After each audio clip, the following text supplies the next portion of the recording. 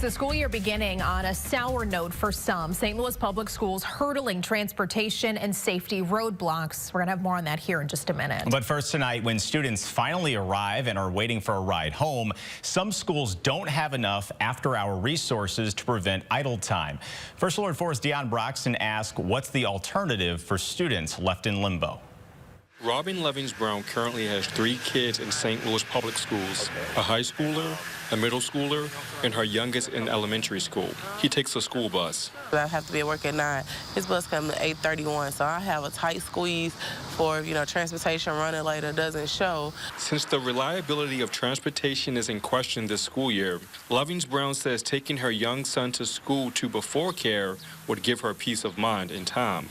But there's a problem. The list is full, and it's a waiting list for the school. Last month, parent Matt Vitale raved about extra services like preschool in SLPS. SLPS has a 3 to 5. It really took that stress off. This year, he says his 3-year-old participates in aftercare at Booter Elementary. Last week, SLPS announced all elementary schools will have before and after care.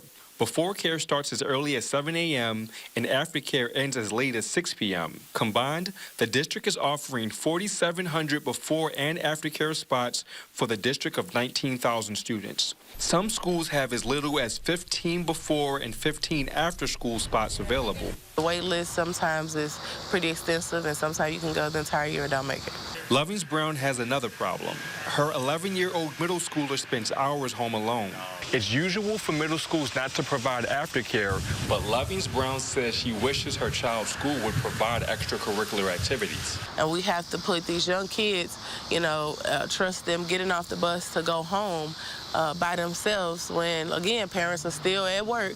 SLPS announced last week these organizations will provide extracurriculars starting around October.